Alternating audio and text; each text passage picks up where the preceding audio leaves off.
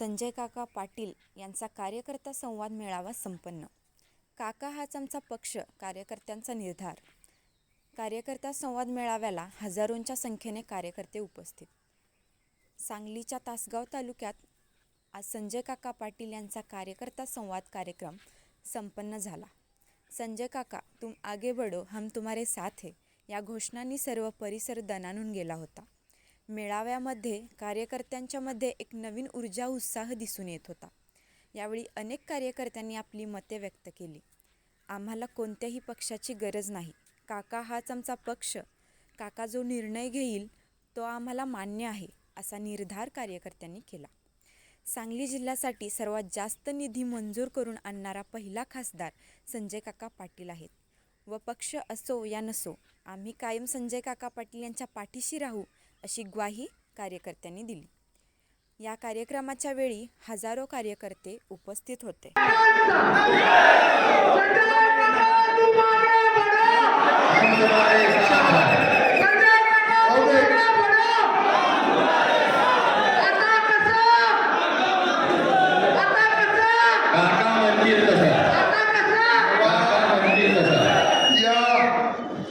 संवाद बैठकीच्या निमित्तानं प्रताप नाना, राजापूरचे पिंके भाऊ, विलास भाऊ, बळी तात्या, व्यासपीठावर उपस्थित असलेले बँकेपासून विविध ग्रामपंचायत आणि सोसायटीपर्यंत काम करणारे माझे सगळे जीवाभावाचे सहकारी, सन्माननीय व्यासपीठ उपस्थित असलेले सर्व वडीलधारी मंडळी आणि तरुण मित्रांनो आणि माझ्या पत्रकार मित्रांनो, प्रताप नाना मी उभा राहिल्यानंतर सहज समोर बघितलं तर आतल्यापेक्षा बाहेर दुप्पट गर्दी आहे.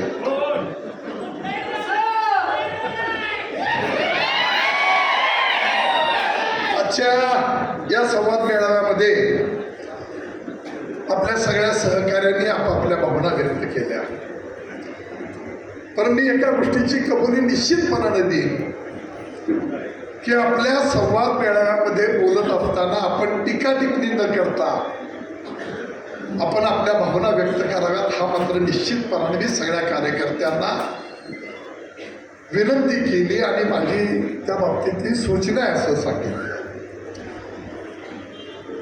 ही निवडणूक जिल्हा परिषद, पंचायत समिती, नगरपालिका, महानगरपालिका कार्यकर्त्यांची आहे. ज्यांनी माझं राजकारण उभा केलं त्याची ही निवडणूक आहे. किशोर पाटलांनी थोड्याशा आपल्या भावना परखडपणानं व्यक्त केल्या. मी काय आहे हे आयुष्यामध्ये कधी सांगितलं नाही, पण आज मात्र मला थोडंसं व्यक्त व्हावं लागेल म्हणून आपल्या पुढं माझ्या भावना व्यक्त करतो. माझ्या वडिलांनी पंढरपूरला पहिला महाराष्ट्रातला एन्काउंटर केला. ज्या पंढरपूरच्या पोलीस स्टेशनमध्ये तिथल्या PIला त्या डोंबेंनी जाऊन शिवीगाळ केली आणि एका तासाच्या त्यांनी बदली मागितली, तिथं जायला कोण तयार नव्हतं. वडिलांनी ते आव्हान स्वीकारलं, त्यांच्यावर प्रत्येक मोठा हल्ला झाला, त्यांनी फायरिंग केला आणि त्या ठिकाणी पहिला एन्काउंटर माझ्या वडिलांनी केला. त्यावेळेला त्यांच्याकडून किमान 20 मर्डर झालेले होते आणि त्यांनी चितेवर शपथा घेतल्या होत्या की मी पुढचा आरके पाटलांचा वंश वाढू देणार नाही आणि अगदी लावतो. परमेश्वरानं मला जन्माला घालताना आईच्या पोटातनं जिगर दिलेली आहे. जिगर ज्याचे 20 मर्डर झाले अशाला संजय पाटील नामला आहे. आणि तुम्हाला आज सांगतो, माझ्यावर अनेक वेळा प्रयत्न झाले, अनेक वेळा, पण कधी मी आयुष्यामध्ये कधी भिवून वागलो नाही आणि कधी जायचं थांबलो नाही. कालांतरानं वाईटाचं वाईट होतं, त्यांची जी काही परिस्थिती व्हायची ती झाली,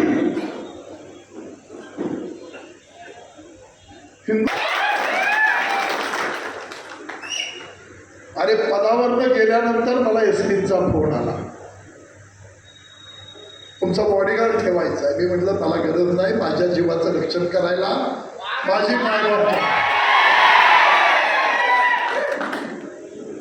काही फुलग्याच्या ओपची असणाऱ्या नेते मंडळींना तलब होती.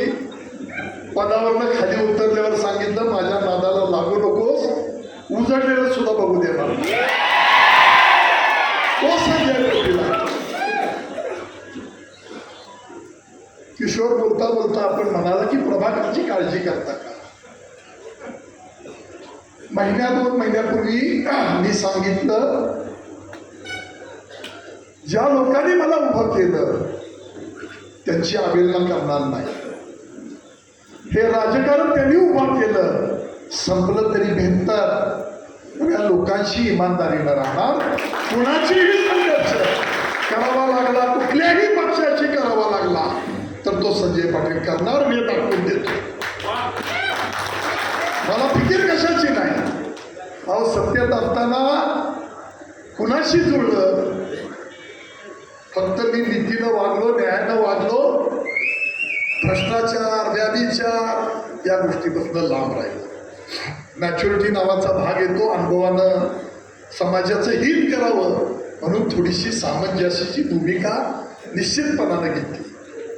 पण याचा अर्थ आपल्यातलं काही संपलंय आणि आपल्यातलं काही कमी झालंय असं नाही. माझं वय 61 आहे. तुमच्या माहितीसाठी सांगतो, 36 वर्षानंतर व्यायाम चालू केला आणि 150 सपाट्या मारत होता हा संजय. ना मला ब्लड प्रेशर, ना मला हार्टचा त्रास, ना डायबिटीस, ना माझं हे दुखतंय, काही भानगड नाही. अजून तुमच्या आशीर्वादानं लय खणखणीत आहे.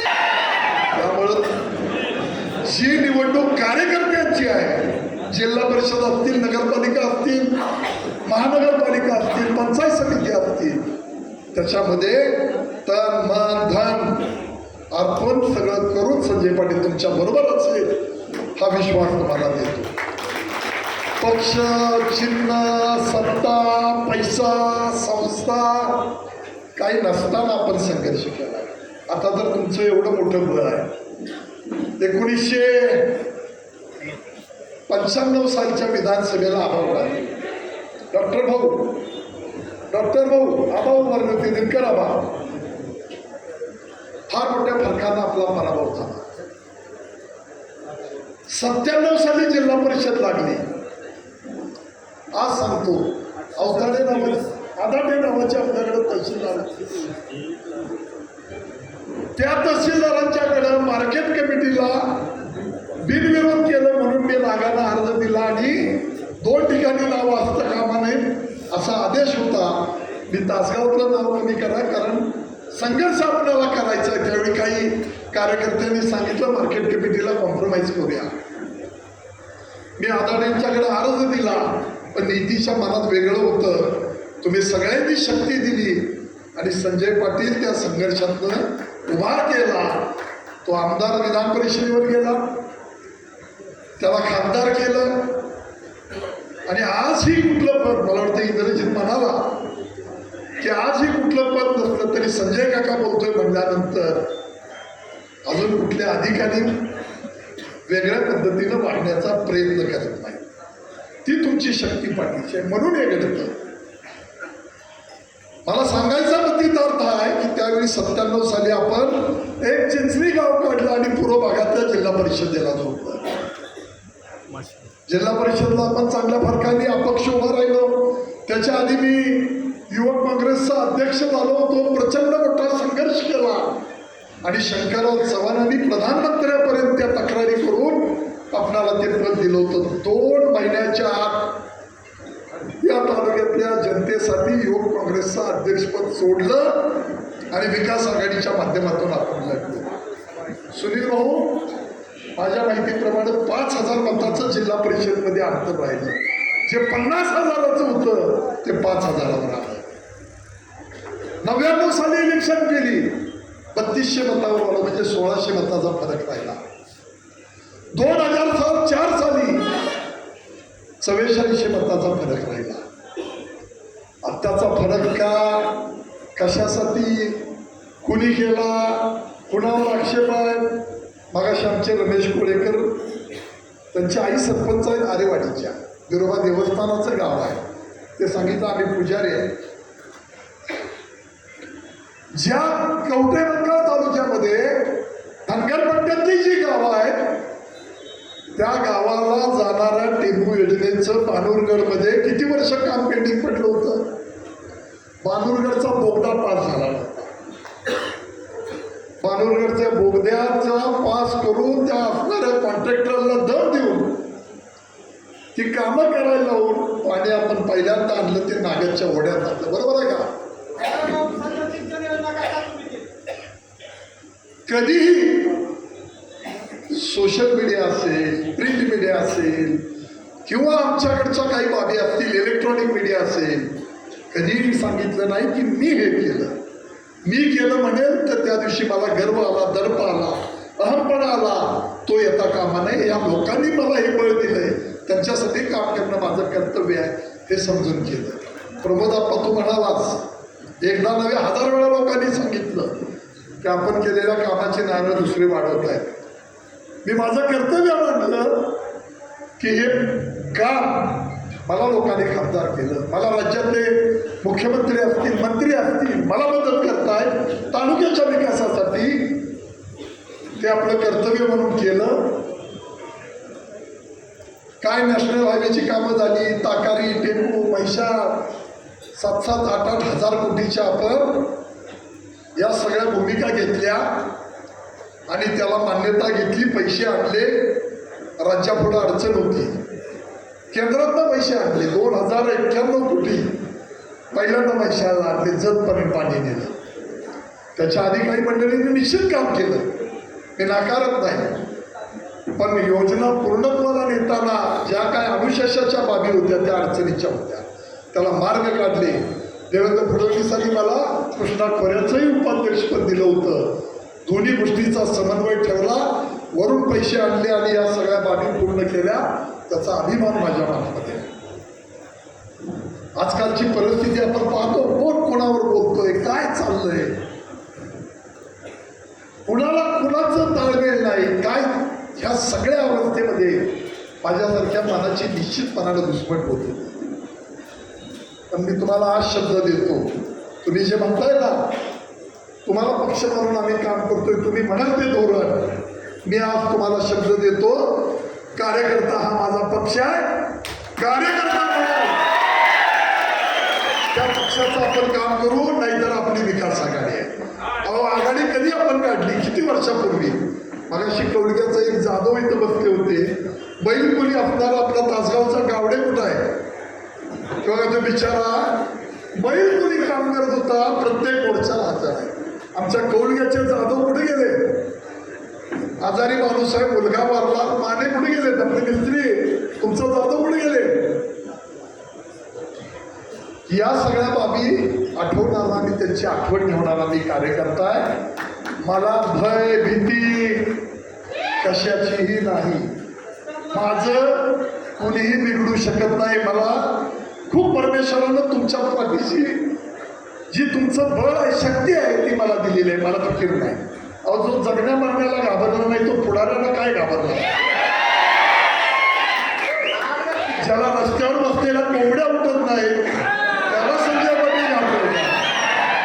ती चिंता करू नका आणि पोराची चिंता अजिबात नाही.